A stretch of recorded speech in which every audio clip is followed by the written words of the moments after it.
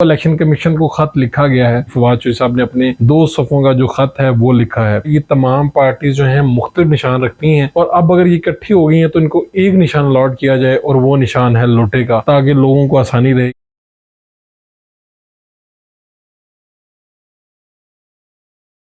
السلام علیکم میرے باشعور دوستو، آج کی ویڈیو میں ہم آپ کو بتائیں گے کہ کون سی پارٹی کے سینئر رہنما نے انتخابی نشان الیکشن کمیشن سے لوٹا مانگ لیا ہے.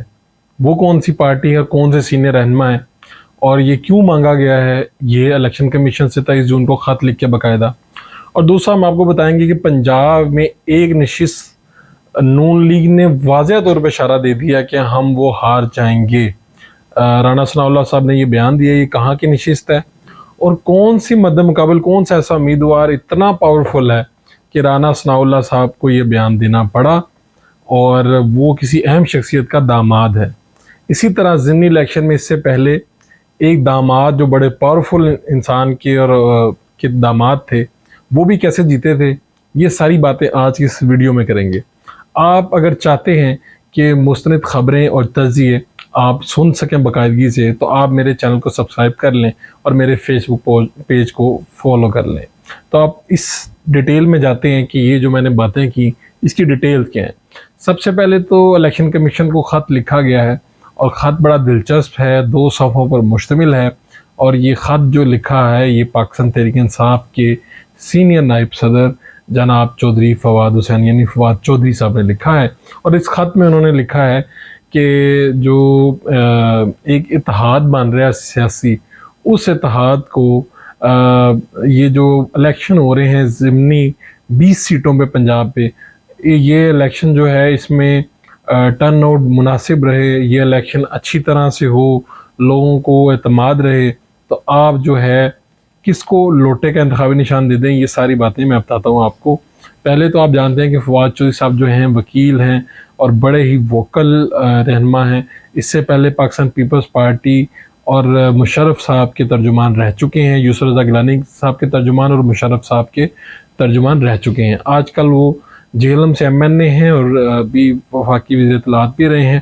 انہوں نے 2 صفحوں کا جو خط ہے وہ سکندر سلطان راجہ صاحب کو لکھا ہے اور الیکشن کمیشن کے نام انہوں نے یہ خط میں یہ کہا ہے کہ جو 22 جون کو پریس کانفرنس کی ہے، جتنی بھی اس ٹائم گورنمنٹ میں موجود ہیں اتحادی جماعتیں، ان کے متعلق یہ انہوں نے کہا ہے کہ انہوں نے پریس کانفرنس کے ذریعے یہ بتا دیا ہے کہ یہ سب مل کر الیکشن لڑ رہے ہیں اور ساتھ ہی ساتھ ان لوگوں نے انحراف کیا تھا اپنی پارٹی پالیسی سے اور ان لوگوں کو 20 لوگوں کو ڈی سیٹ کیا گیا تھا. ان پارٹیوں نے دوبارہ سے انہی کو ٹکٹس دے دیے ہیں اور یہ بھی ایک کھلا خلاف ورزی ہے.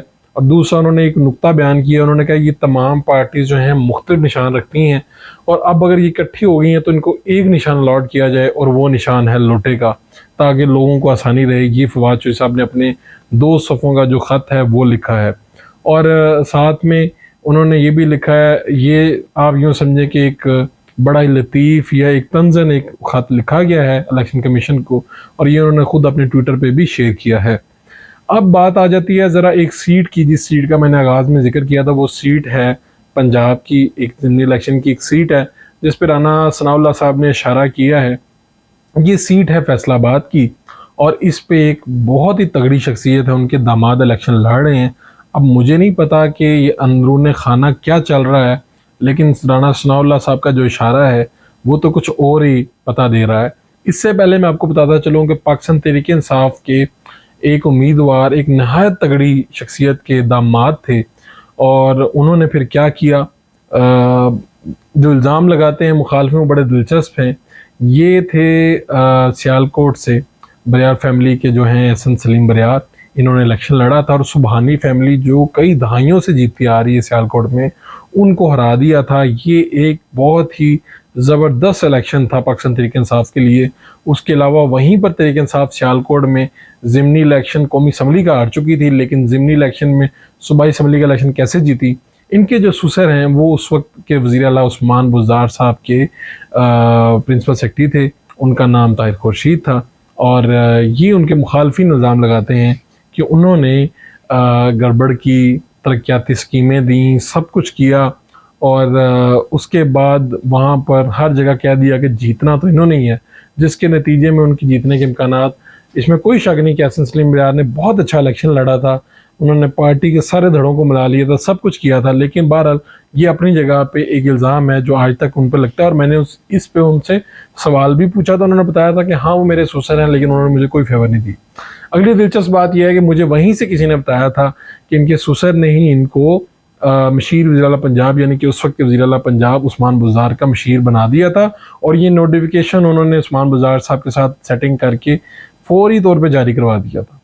خیر اب آتے ہیں دوسرے امیدوار کون ہے۔ تو فیصل آباد سے ایک سیٹ ہے جس پہ الیکشن ہو رہا ہے، آپ سرچ کر سکتے ہیں اس کو، اور یہ ایک اہم عدالتی شخصیت ہے بہت بڑی پنجاب کی، جن کے داماد ہیں جو الیکشن لڑ رہے ہیں، اور میرا یہ کلیم نہیں ہے کہ وہ اثر انداز ہوں گے اس الیکشن کے اوپر، لیکن جس طرح سے رانا صلی اللہ صاحب نے اشارہ کیا ہے، اس نے اس کو معاملے کو مشکوک بنا دیا ہے۔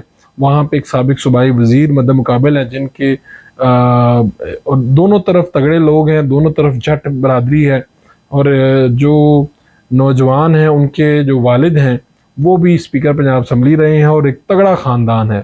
لیکن اس سے بھی بڑھ کر یہ کہ آج کل کی جو اہم شخصیت ہے، بہت بڑی شخصیت پنجاب کی، ان کے وہ داماد ہیں۔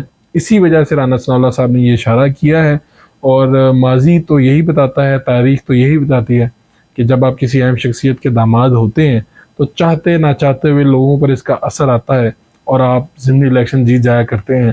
امید کی جا رہی ہے کہ جب مخالف ہی کہنا شروع کر دیں کہ یہ سیٹ ہتھوں گئی، تو اس کا مطلب یہی ہوتا ہے کہ یہ سیٹ جو ہے وہ پارٹی جو ہے ہارنے کے لیے تیار ہو چکی ہے۔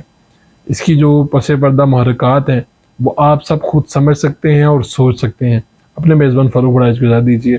اللہ نگہبان۔